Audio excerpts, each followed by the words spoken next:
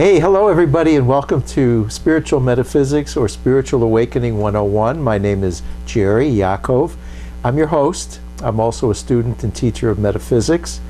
This is it's an auspicious episode. It's number 150. So over the last 4 years, I think that we've been doing this. We finally reached the milestone of 150th episode. I also want to say hello and happy Father's Day to everybody out there as you are celebrating your parenthood. And that includes everybody, I think. You know, I was sitting in church this morning with my wife, and I was thinking about my father, and I looked over at my wife next to me, and I wondered if she was thinking about her father, because he was in my mind as well as my own father. So you'll probably see this episode after Father Day Sunday, but belated happy Father's Day to everybody, and welcome to Spiritual Awakening 101. The topic for today is called Every Meeting is a Holy Encounter. And that sounds kind of lofty. How can every meeting be a holy encounter? What if it's just a brief chance encounter? Nothing serious, nothing very deep about that. You're riding in an elevator and somebody steps on the elevator. Is that a meeting that qualifies as a holy encounter? Well, under this teaching, that would be the case. Every meeting is a holy encounter. So what do we mean by that, and why is it a significant metaphysical teaching? Well, first that comes to mind is this. As you think of other people, you think of yourself. So if you want to know the holiness that exists and is as you are, then you need to think of others as their holiness. So as you think of another person, you're going to in turn be thinking about yourself.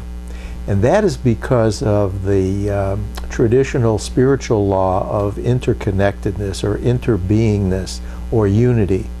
There is no separation between you and the object of your thought. As a matter of fact, you're projecting your own thinking and interpreting everything that you see. So you're really not seeing objectively, you're seeing consistent with your own thoughts. And if your thoughts are unholy towards the object of your thinking and your perception, then your thoughts are unholy within your own mind where the interpretation originates. Thoughts do not leave their source. If I have an unholy thought, it emanates from me. I try and project it outwardly and I perceive it in somebody else, but it's still within me. So I suffer from a sense of unholiness. I don't scapegoat the other person and say, gotcha, you're unholy.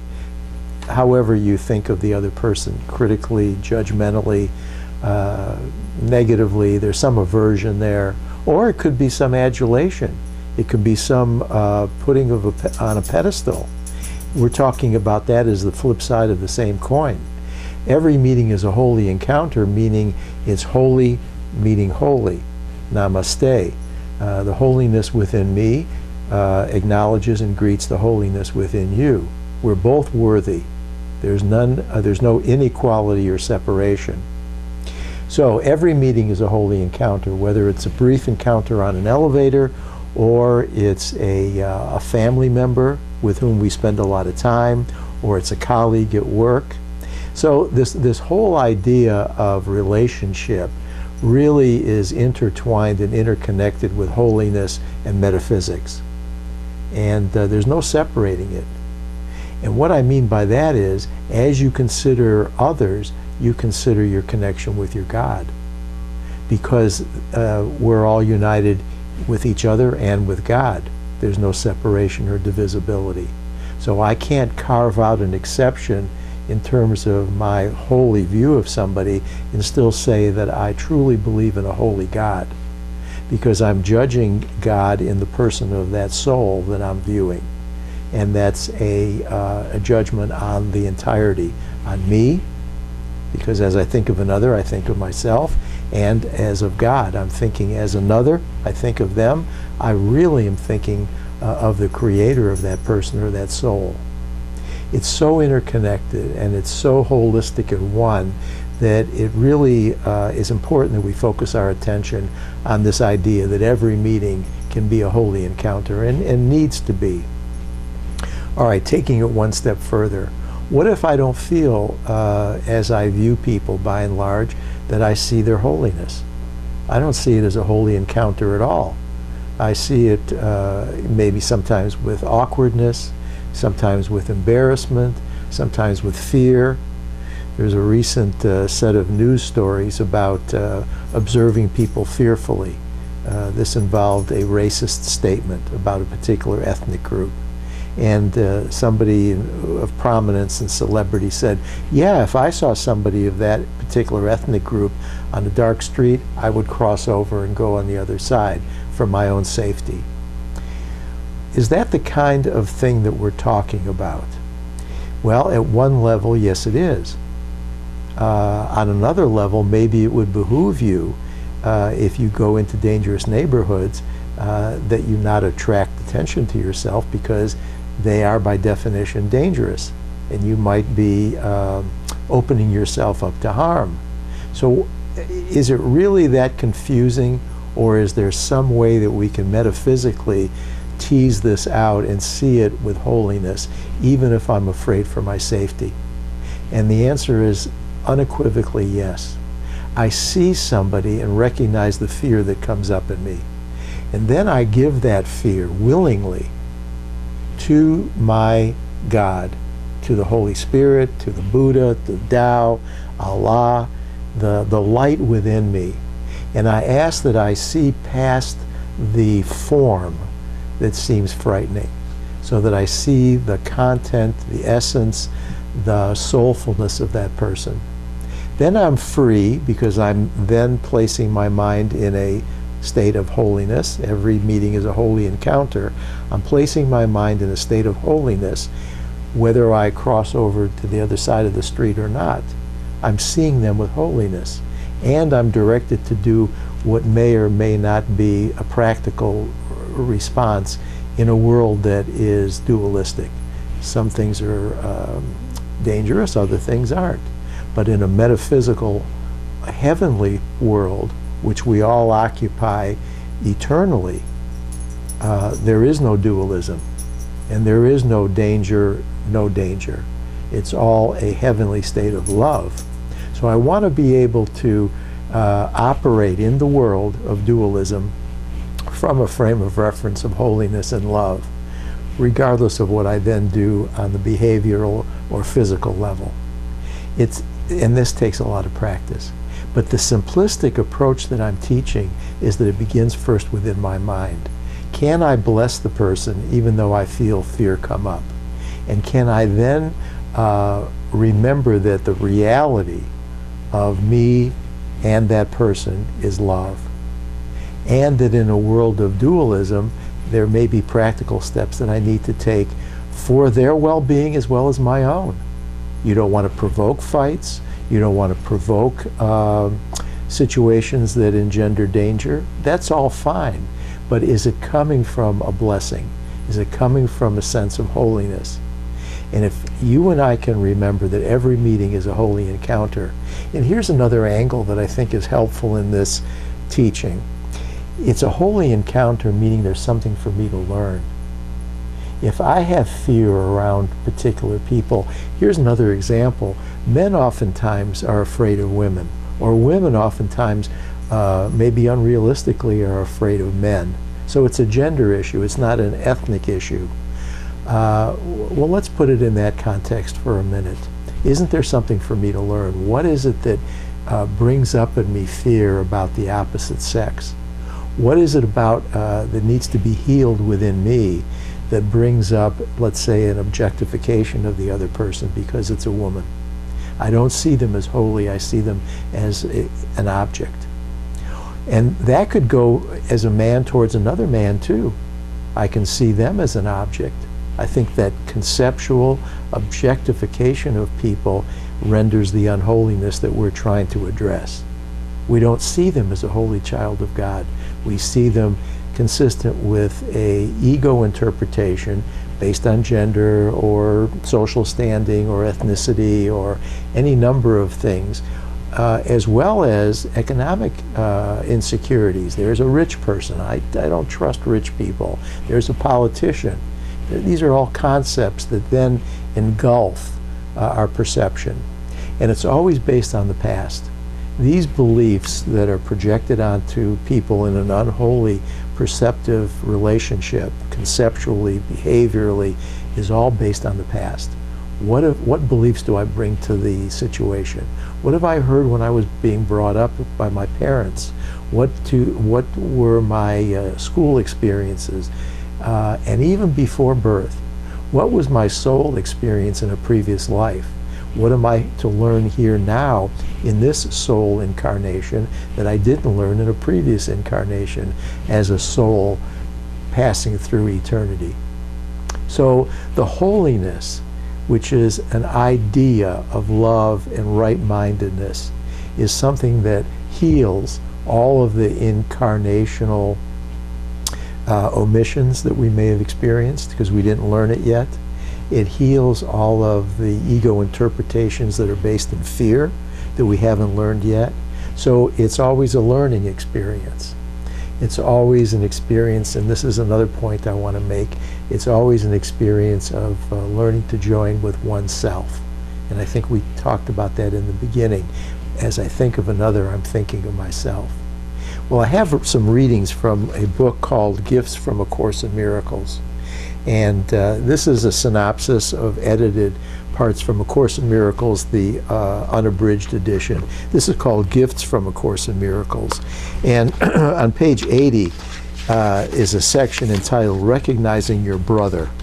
And I'd love to read this to you and with you and get a sense of how our conversation fits with this lovely reading from A Course in Miracles. Recognizing Your Brother. Here it says, when you meet anyone, remember it is a holy encounter. As you see him, you will see yourself. As you treat him, you will treat yourself. As you think of him, you will think of yourself. Never forget this, for in him you will find yourself or lose yourself. Well, I think we talked about that, but I like that last line as, you know, if I forget in my encounter that it's holy, and I think of the brother or sister that I'm perceiving in an unholy, unloving way with my ego, wrong-mindedly, then I'm losing myself, the true self that I want to remember and identify with more and more consistently. We're all here identifying with our false self habitually and very readily. I mean, we all know that, and we want to get better at identifying with our true selves, which is loving, kind, inclusive, appreciative, seeing the holiness in the other as well as ourselves, so that even the idea of the otherness starts to fade and recede into the background, and what we're left with in the foreground is a unity. Second paragraph of Recognizing Your Brother. Everyone lives in you as you live in everyone. Well, this is a wonderful suggestion in very poetic terms, but very realistic, mystical terms, that life exists in us collaboratively. Separately, there's no life. Life only exists within us as interconnectedness. Otherwise, it's a darkness. Darkness falls on the separate identity that I project onto you, and I'm in the same darkness or shadow. And there is no life. There is a, I would call it an ego state of objectification. I can't safely objectify somebody else as lifeless and not objectify myself. We'd both be lifeless in that situation if it wasn't holy. So we want to remember remember everyone lives in us as we live in everyone, and it's life. That's the resurrection. That's the ascension to the light and the love and the life eternal, not in the darkness. And I don't want to get religiously preachy. That's not the point of all this. We're talking metaphysically about the holiness that exists, not in a religious sense, although if you view it religiously, it's very consistent with the teachings of the love thy neighbor as yourself, isn't it? The golden rule. Do unto others as you would have them do unto you. It's the same idea. But we're not teaching it dogmatically. You know, there aren't any particular rules that I'm saying, if you break this commandment, love others as yourself, and you don't obey the golden rule, you're sinful and you're going to be punished in hell. That's not a aspect of this teaching. I think what the thrust of this teaching is about is living life. And I want to talk just a moment from a personal point of view. I have a tendency to isolate and withdraw from others, which is another aspect of not seeing the holiness in every encounter. If I were consistently seeing the holiness in every encounter, isolation would not be as an attractive, so to speak, alternative for me in my life. And I notice that I don't experience the joie de vivre in isolation because I have separated from my brothers and sisters. I don't have the experience of being fully alive. Now, the only really fully alive experience that we can ever have is one that is heavenly centered. And heavenly centered thoughts and experiences can be experienced in the body and in the world. That's the nature of what we call right-minded thinking. We align our thinking with the holiness of a brother or sister, and then we experience the holiness / aliveness. Without it, we don't feel the aliveness. So I'm teaching to learn, aren't I? And maybe you're listening to learn, and then you're going to teach to learn as well. Because in the practicing of what we're talking about here, you and I will know true aliveness. And it isn't the aliveness that exists from a period of birth through life and then death. It's a life eternal. It's an immortal existence of true life as God created it. And that does not have a beginning, and it does not have a middle, and it does not have an end. True life is an eternal expression of God's love and light. And that gets experienced moment by moment in the eternality of now as we experience others. What else is there but our relationships during our lifetimes? Because we've started out with an idea of separation. It looks like I'm over here and you're over there. Well, okay, on a practical level, in time and space, that may be arguably what science can prove. Two objects cannot occupy the same space. That's basic physics. And I always wonder, what is the significance of that? Two objects cannot occupy the same space. And that's true. You know, try and stand in the same space as another person. Or try and take one tennis ball and another tennis ball and merge them into the same space. It's not possible. So how does that help us in our understanding of every meeting as a holy encounter? Well, at the mystical level, the metaphysical level, not of the time and space, but that of the holy mind, the mind of the Buddha, the mind of the Christ, the mind of love, minds are all unified. They do occupy the same space. They're a hologram and a oneness or unity with the original mind that created the entireties of all the universes and of all the life that we know. That's how what we're teaching goes way beyond science. Science is right. Two objects can't occupy the same space. But we're not objects. Remember, we were talking earlier about not objectifying somebody, because then you lose the sense of life. True life is at the level of the abstract or metaphysical. That's where God created us eternally. And not only do we occupy the same space, space isn't even an operative term anymore, we are the same. We are one in God and in each other. And we want life to be a reflection of that to the best of our ability on the level of 3 dimensions, where science seems to prevail. But we can go way past science in the aliveness that we experience. Well, going on to the next paragraph, 3. Only appreciation is an appropriate response to your brother. Gratitude is due him for both his loving thoughts and his appeals for help, for both are capable of bringing love into your awareness if you perceive them truly. So here we're talking about appreciation and gratitude. I'm not sure it's synonymous with holiness. I think it's a giant step towards it. Holiness, and I'm kind of thinking in my own metaphysical training and spiritual progress that I've made, holiness is even way beyond, well, not to confuse matters. Appreciation and gratitude are great steps towards holiness and a knowledge and awareness of holiness. But I can appreciate a baseball game and not see it as a holy encounter.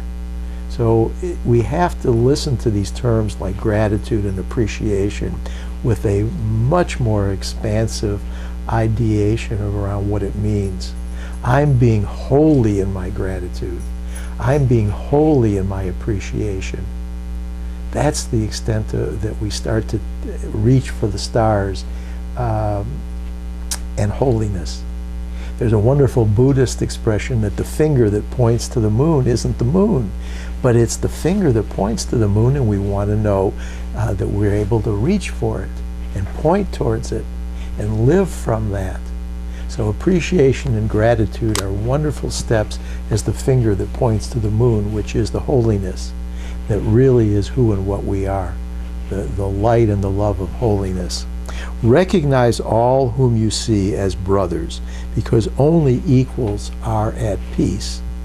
Well, here again we were talking about you and your brother are one. And if that isn't equality, I don't know what is. And if that doesn't bring happiness, what would? Knowing that you and I are equals, that there's no disparity, no separation, no reason to feel that you're guilty and I'm not guilty, or I'm guilty and you're the one that's not, that I'm guilty and you're not. No sacrifices, no martyrdom, no fear, no defensiveness. What would I have to be defensive of if you're my equal? Now, if you're other and you pose a danger to me, then I would feel some fear, wouldn't I? But again, back to the original point, the fear originates within our own minds and gets projected out as an image. Projection makes perception. I don't see it unless I think of it first.